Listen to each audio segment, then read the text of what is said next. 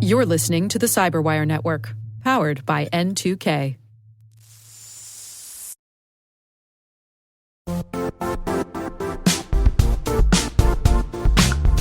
When it comes to ensuring your company has top-notch security practices, things can get complicated fast.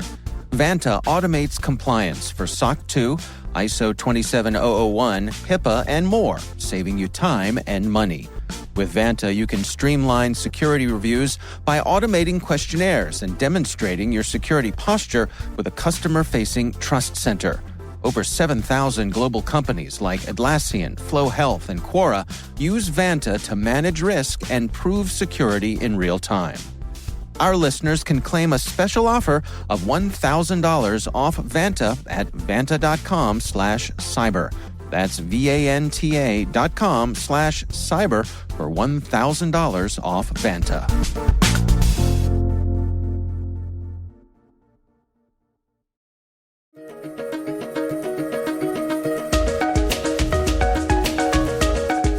Hello, everyone, and welcome to the CyberWire's Research Saturday. I'm Dave Bittner, and this is our weekly conversation with researchers and analysts tracking down the threats and vulnerabilities, solving some of the hard problems, and protecting ourselves in a rapidly evolving cyberspace. Thanks for joining us.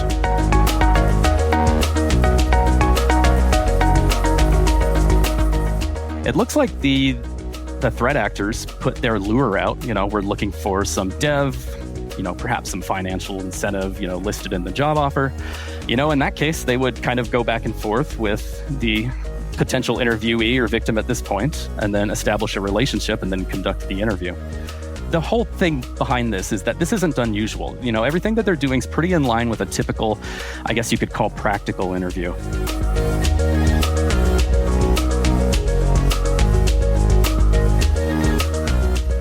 That's Tim Peck, Senior Threat Researcher at Securonix. The research we're discussing today is titled "Threat Actors Behind the Dev Popper Campaign Have Retooled and Are Continuing to Target Software Developers Via Social Engineering." So this campaign has been going on for a while. This is something that our team has been tracking since the beginning of the year. So a part of our day-to-day is basically examining attack data from our various data sources for the sake of building detections. And part of the course of our investigations, we came across this novel or interesting sample that we were able to analyze and observe. And it's a really interesting attack campaign because it plays on the human element, as opposed to a traditional attack that you might see that might involve exploitation or phishing emails. The idea is for the threat actors to host malicious job interviews in the hopes to appear legitimate, and with the end goal is to get the victim, or the interviewee in this case, to unknowingly detonate malware on their machine, which the end goal would give the attackers full control over the machine. I see. Well, so let's go through some of the sort of who, what's, where's, when's, and why's. Do we have a notion of who's behind this? Yeah, in fact, in our original publication, we associated this to North Korea, and this was due to several telemetry sources that we were able to observe. Some I have to be careful with how I speak because they're proprietary. It also relates very closely to Contagious Interview, a Palo Alto campaign. The benefit is our research kind of complements each other because it seems like this is something that they've been investigating for a while, along with our team. And it complements each other because our samples are different. However, some of the TTPs and the malware involved was very, very similar. It turns out we both came to the conclusion North Korea threat actors were behind these interviews. And that was, like I said, based on quite a few different factors, including some of the language used in the lure documents, passwords, and geotelemetry data that we were able to observe. I see. Who in particular, if anybody, are they targeting here? It kind of seems all over. During our original publication, the telemetry pointed mostly to South Korea, when kind of spread around various other countries as well. And during our last update, we observed We identified samples originating from Germany, South Korea, the United States, Pakistan, France. It was kind of all over. So there wasn't like a single target in mind, aside from the obvious group of people, which would be developers in this case. Well, let's walk through it together here. Can you take me through how would someone find themselves in the sights of this DevPopper campaign? It looks like they're mostly targeting kind of smaller job boards. We didn't see a lot of activity, from larger entities like LinkedIn or Indeed. And so it looks like the threat actors put their lure out. We're looking for some dev, perhaps some financial incentive, listed in the job offer. In that case, they would kind of go back and forth with the potential interviewee or victim at this point, and then establish a relationship and then conduct the interview. And it's at this point where it gets really interesting. The threat actors, and the whole thing behind this is that this isn't unusual. Everything that they're doing is pretty in line with a typical, I guess you could call, practical interview. So during the course of the interview, the threat actors would provide a link to a GitHub repository, which was a basic zip file. The interviewee would be instructed to extract, analyze, and then execute this zip file's contents. What's interesting is it does appear legit, a legitimate Node.js package. It's not unless you look really, really close at one of the JavaScript files. And this is highlighted in our advisory. In fact, I think we posted a GIF of this.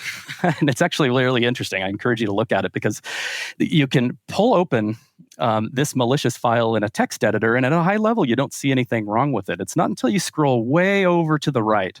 There's a single, very long one-liner that contains the malicious code. Highly, highly obfuscated JavaScript. It was really good at getting around AV detections, had very few hits. And once that executes, it kicks off a few other stages of malware that embed itself into your system to allow the attacker for full command and control. Can we go through some of that sort of thing? I mean, once they get hold here, what happens next? Sure. This highly obfuscated command is essentially, it does a few things. The first thing it does is it executes a system curl command to download a Python file. It also downloads the entire Python library in a zip file format, and that gets all extracted into the user's local file, users username. The Python code that gets extracted and executed, it ends in an NPL file. However, that extension is incorrect. It's actually a Python file. And basically, that is a really, really complex piece of malware. It does a few interesting things. For one, it allows, like I mentioned, for full command and control. This establishes a connection back to the attacker's infrastructure and allows them to perform several tasks, one of which is run system commands. It allows for exfiltration. It allows for file and directory browsing. It also performs some interesting other side functions that include like screen cap and clipboard monitoring as well as some automated theft. I believe browsers were heavily targeted, scraping out cookies, session data, that type of thing. So yeah, in a nutshell, that's kind of the entire attack chain. And at that point, whether the attackers find what they're looking for at that stage, they can pull the plug. But all this would be going on during the course of an interview. So, kind of all this behind the scenes. So I'd imagine they'd probably have a team of people, some conducting the interview, some snooping around inside of the interviewee or victim's computer. We'll be right back. And now, a word from our sponsor, KnowBe4. It's all connected, and we're not talking conspiracy theories. When it comes to InfoSec tools, effective integrations can make or break your security stack. The same should be true for security awareness training. KnowBe4, provider of the world's largest library of security awareness training, provides a way to integrate your existing security stack tools to help you strengthen your organization's security culture. KnowBe4's Security Coach uses standard APIs to quickly and easily integrate with your existing security products from vendors like Microsoft, CrowdStrike, and Cisco, 35 vendor integrations and counting. Security Coach analyzes your security stack alerts to identify events related to any risky security behavior from your users. Use this information to set up real-time coaching campaigns targeting risky users based on those events from your network, endpoint, identity, or web security vendors. Then coach your users at the moment the risky behavior occurs, with contextual security tips delivered via Microsoft Teams, Slack, or email. Learn more at knowbefore.com/securitycoach. That's knowbefore.com/securitycoach. And we thank KnowBefore for sponsoring our show.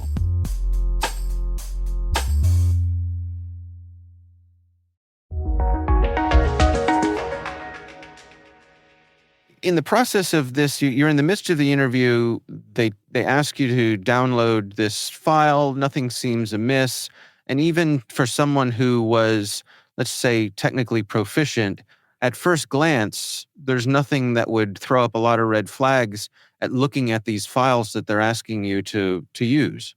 Exactly. And you put yourself in the interviewee's situation. You're stressed out. You're trying to impress your interviewers, right? Because you want the job. You'll kind of go along with whatever they ask. And so there's some inherent trust or lack of OPSEC, I guess you could say, at that point, because you're trying to essentially get a job, get work. And it's also not unusual to examine or execute code from a dev standpoint. So there's not really anything out of the ordinary that these attackers are asking this individual to do. And so it plays on a lot of human emotion and element at that point, because I try to put myself in my situation and then into that situation and ask myself, man, would I have executed this without properly vetting it? Because it would be really, really easy to miss. I mean, you look at the contents of that original zip file and it's just several directories of files, all these Node.js stuff. And I believe in DevPopper, that malicious code was stuffed inside some type of arbitrary like server connection profile code. So it's possible that file may have been completely missed, not even examined by the person executing it. I guess one of the things that struck me here as interesting, if not odd, is that these folks are targeting presumably information from a business computer, right? How many people are doing job interviews on the computer of their current employer? I guess enough. Right? That's so true. I guess that's the hope. That would be the end goal. You just think of the danger there. If they're able to get into those systems and they do have full command and control, at that point they're able to, behind the scenes elevate their privileges, possible move laterally. You got to ask yourself, what does this user have access to? And, as a dev, they probably have access to a lot of other internal systems. All the internal resources, what sites are they logged into, since we know that they're targeting browsers and session data, at that point, the threat actors have active cookies and session tokens for currently logged in websites. And those could be internal GitHub projects. That could be very sensitive information from a company standpoint. So that aspect, that risk would be considered very, very high from a business standpoint. And the tools here are cross-platform? Yes. No, that's correct. Yeah, we observed, if you take a look at the Python code, it breaks down and the code basically pivots based on detected OS. And so we observed support for this malware on Windows, macOS, and Linux. I see. And you all have been tracking some updates and enhanced functionality of this tool along the way here. Are there any particular new elements that you want to mention? Yeah, so some of the code changes that we observed were networking session creation.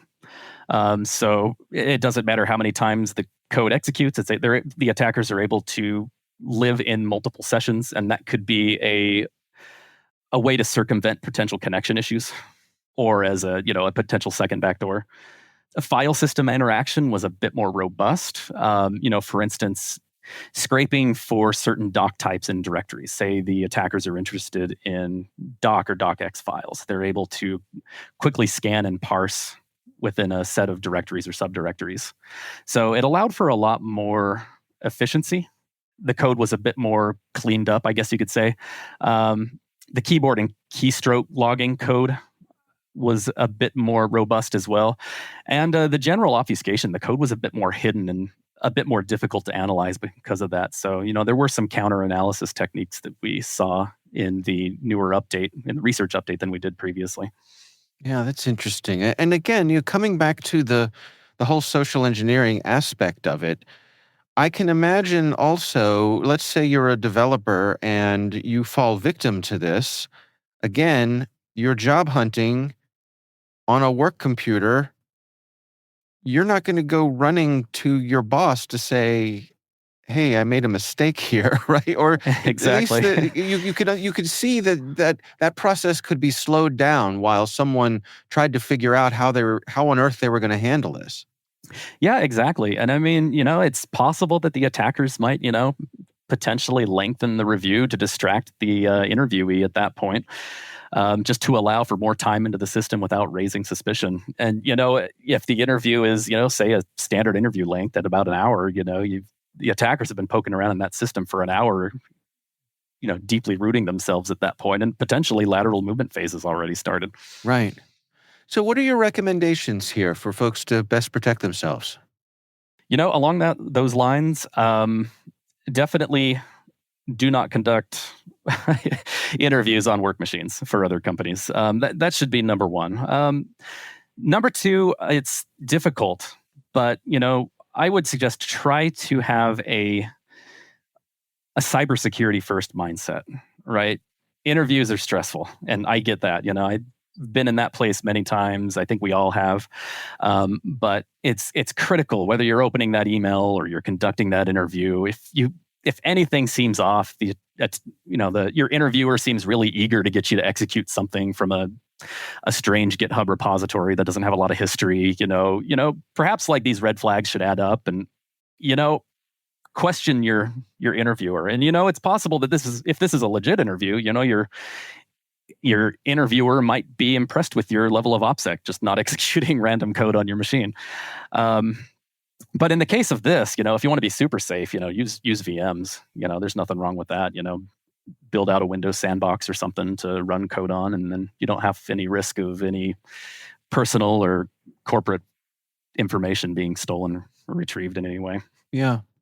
How do you rate the sophistication of this effort here?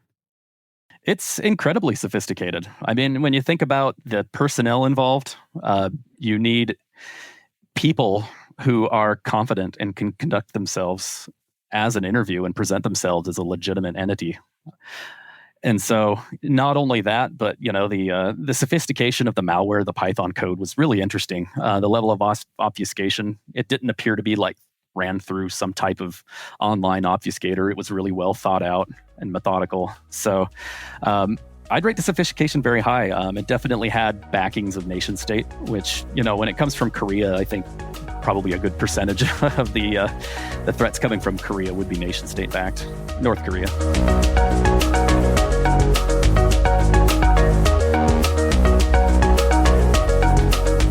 Our thanks to Tim Peck from Securonix for joining us. The research is titled "Threat Actors Behind the Dev Popper Campaign Have Retooled and Are Continuing to Target Software Developers Via Social Engineering." We'll have a link in the show notes.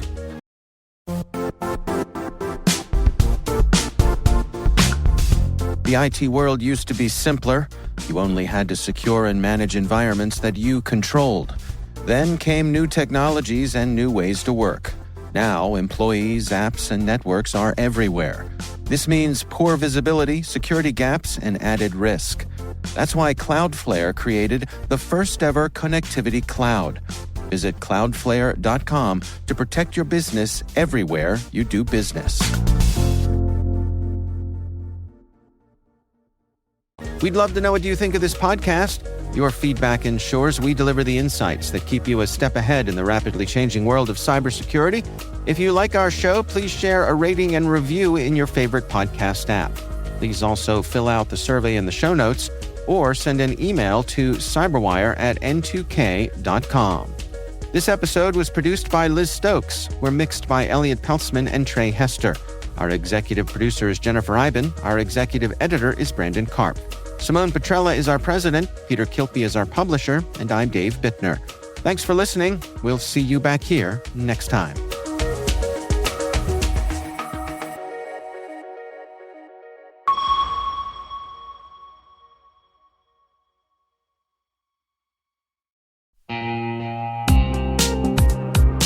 This September 18th and 19th in Denver, a tight community of leading experts is gathering to tackle the toughest cybersecurity challenges we face. It's happening at MWise, the unique conference built by practitioners for practitioners. Brought to you by Mandiant, now part of Google Cloud, MWise features one-to-one access with industry experts and fresh insights into the topics that matter most, right now, to frontline practitioners. Register early and save at mwise.io/cyberwire. That's mwise.io/cyberwire.